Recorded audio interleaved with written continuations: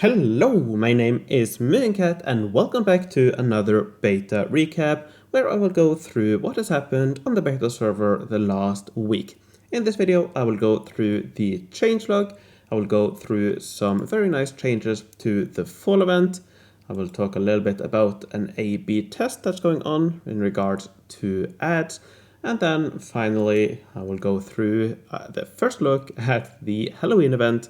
We have some nice, interesting things to talk about there. But before we do, let me first talk a little bit about the daily changelog. Honestly, not really a lot to talk about. I did have a nice chuckle when I read this one. So on Wednesday, when using the neighborly helpers, aid all, for the guild while someone left, it would lead to the helpers becoming stuck. This will no longer happen. And it's not really a big thing, but I just found it funny thinking about helpers wandering through the wilderness, searching for the missing guild member, but not finding that player. I don't know, that was where my brain went immediately when I read it. It's not really a big update, but I thought it was funny. Perhaps that's only me. Anyways, on Thursday, they made some changes to the unit production of the donkey enclosure, specifically for the display, bringing the display in line with other random unit productions. So you might remember that in my fall event video, I mentioned that the donkey enclosure would give you units directly to your army, directly to your own army. So originally the icon, you can see now that it has the swords. Originally that was a chest, which kind of suggested that you would get a chest in your inventory that you could open to get units, but has always been the case that you get these units directly, similar to other buildings that give you units directly.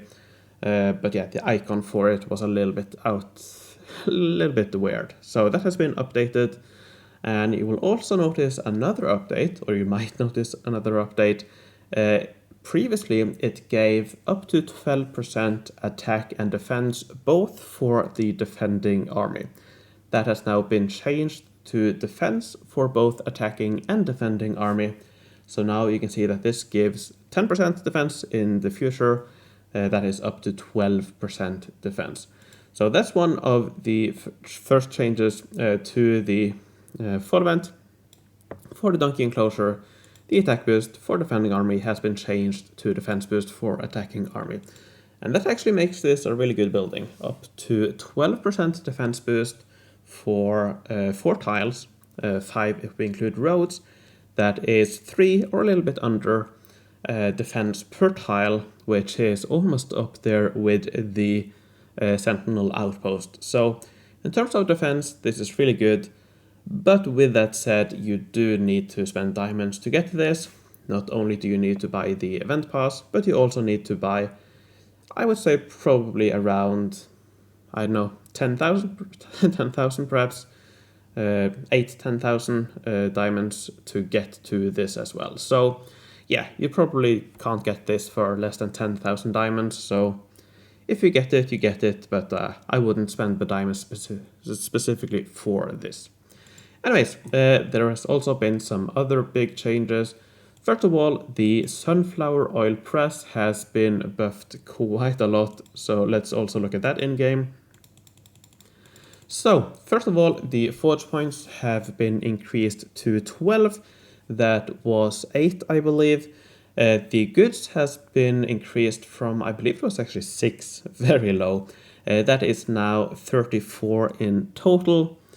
It has also, the units have been increased from 1 to 3. So overall, and also when it comes to population, coins, supplies, and all of that, all of those values have been increased. They are now definitely more in line with other buildings of similar size and similar age. So yeah, overall quite nice improvements. For example, the forge points, it now gives 0.5 forge points per tile, a little bit under if you include roads as well. So it's definitely for forge points among the better event buildings. It has a decent amount of goods, and the 3 units are also quite nice. So I personally still probably wouldn't place this in my cities, but there are definitely a lot of cities where you can place this. So it's definitely an alright building now. Then finally, when it comes to the fall event, they have increased the number of ingredients you can receive. So originally, I have done some calculations here, but originally the number of ingredients you could get was way too low.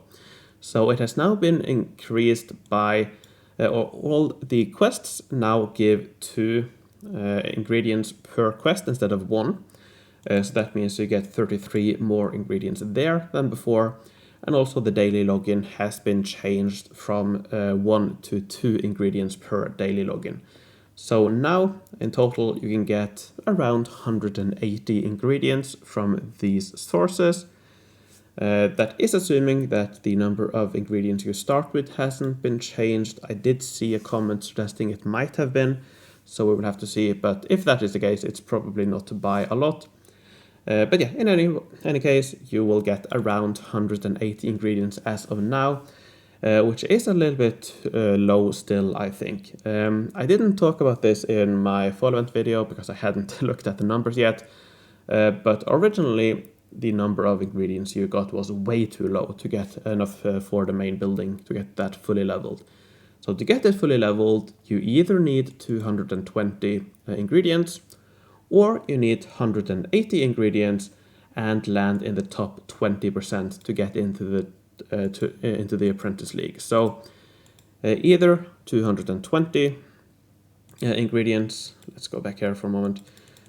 So either 220 ingredients to get to this grand prize here, or you could do with this grand prize here and ending in one of these top 3 leagues here, so top 20%. So as this right now, you might be able to land in top 20% and get the 180 ingredients you need, but if you don't land in the top 20% or in the top 3 leagues, you will not have enough ingredients as of now to get the main building fully leveled. So hopefully there will be some more improvements there. We'll have to see. There's still a week and a bit remaining on the beta server for testing on the event, so we will see if that has been increased or not. Alright, I think that's it for the fall event for now. Definitely some nice improvements. Hopefully we get some more in the future. The next thing I want to talk a little bit about is an update when it comes to mobile video ads.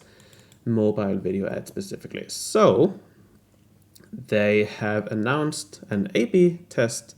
It has now been added to the game. I haven't checked if I am in the group, but I wouldn't really use this anyways. But anyways, without reading through all of this, basically now, or backing it up a little bit. So the way the ads worked in the past or before this test is that if you had bought diamonds in the past for money, if you were over a given threshold, we don't know the threshold, but if you were above this threshold, you wouldn't see any ads. You would get the rewards instantly without seeing an ad, kind of as a reward for having bought diamonds in the past. That in this test has now been removed, and the only way to disable the ads is to buy Forge Plus. So that's definitely a big negative in my opinion.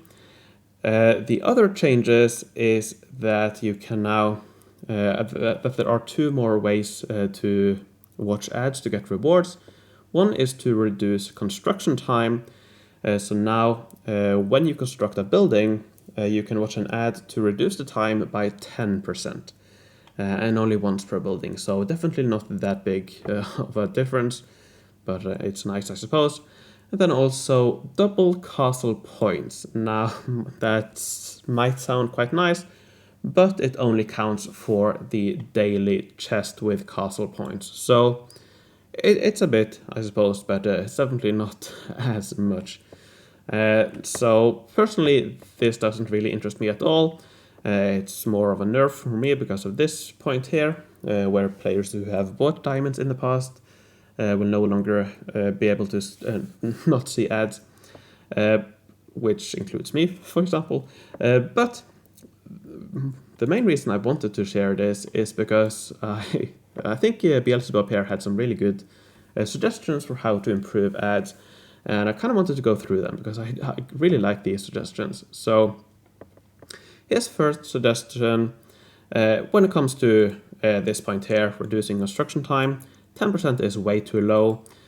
He suggests 25%, and that you can watch multiples of them to complete a building immediately by watching 4 ads, for example. I think something like that would be quite cool for the one-off times where you really do need to finish a building right now. I think something like that would be quite interesting. It should probably have some sort of limit that you can't do it with more than a certain number of buildings, but I do like the idea of immediately completing a building by watching a few ads. I quite like that. And then secondly, when it comes to boosting castle points, I think it would be much better to boost or to give a boost so that it boosts all the castle points you gain for a certain number of time. And that has been suggested by a few others as well. Then some other ideas here that I really like. First of all, a 30-second rush for all timers, which might not sound like a lot, but I think this would be really cool to kind of realign your timer, especially if you collect very regularly on a given time each day. If you have the possibility to move that back by a minute or 2 or 3 every day, that would be quite nice and kind of combat the inevitable you're not able to collect every 24 hours most likely, so eventually the time shifts later and later. So this would be a nice way to combat that. That's an idea. You can do that for a couple of times.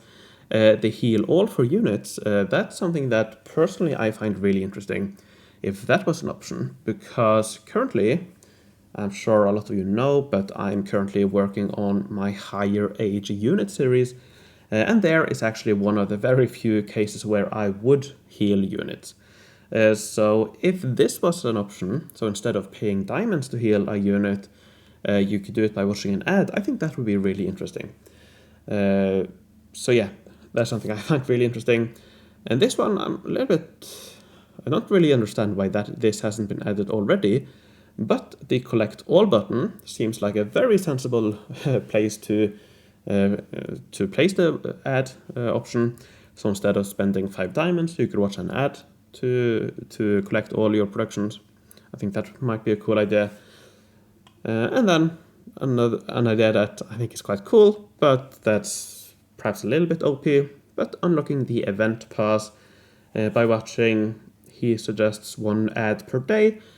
Perhaps multiple ads per day might be better, but that you can unlock the event pass by watching a certain number of ads during the event. I think that might be a cool idea and gives an alternative to spending diamonds to unlock the event pass.